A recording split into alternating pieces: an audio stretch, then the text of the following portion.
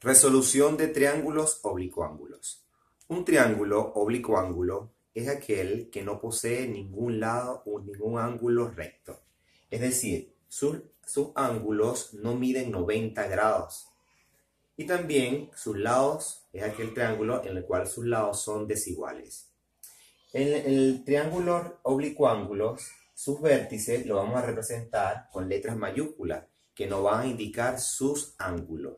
Y para encontrar sus lados, nos ubicamos en cada uno de los ángulos. Si este es el ángulo de A, el que está al frente es el lado de A, si opuesto al ángulo. Si este es el ángulo de B, su lado es el que está al frente. Si este es el ángulo de C, su lado es el que está al frente. Para aplicar esta ley del seno, es importante saber que se aplica conociendo dos lados y uno de sus ángulos, o dos ángulos y uno de sus lados. Es decir, lo podemos representar a través de esta fórmula, de esta relación que me dice A sobre el seno de A es igual a B sobre el seno de B, C entre el seno de C. Para aplicar esta fórmula, nosotros tenemos que escoger dos de ellas.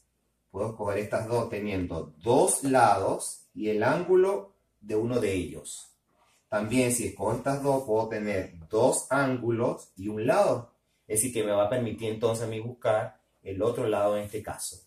Los lados de un triángulo rectángulo, de un triángulo oblicuángulo, podríamos decir que son cualquiera o son proporcionales a los senos de los ángulos opuestos.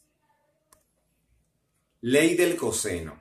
Para aplicar esta ley es importante saber que debo tener dos lados y el ángulo comprendido entre ellos dos.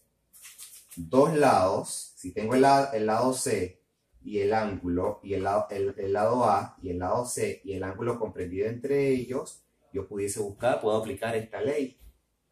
Si tengo estos dos lados y el ángulo comprendido, aplico la ley del seno. Y también conociendo sus tres lados. Esas son las dos características de la ley del coseno.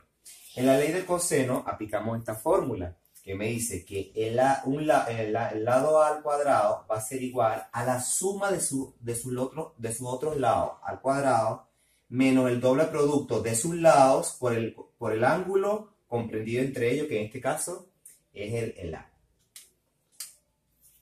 Para buscar B sería B al cuadrado es igual aquí a A cuadrado, a la suma de sus lados, menos 2 por A por C, por el coseno, en este caso, de B. Y por último tenemos el lado C cuadrado, la suma de sus lados, que sería B cuadrado más C cuadrado, más A cuadrado, menos 2AB por el coseno de C.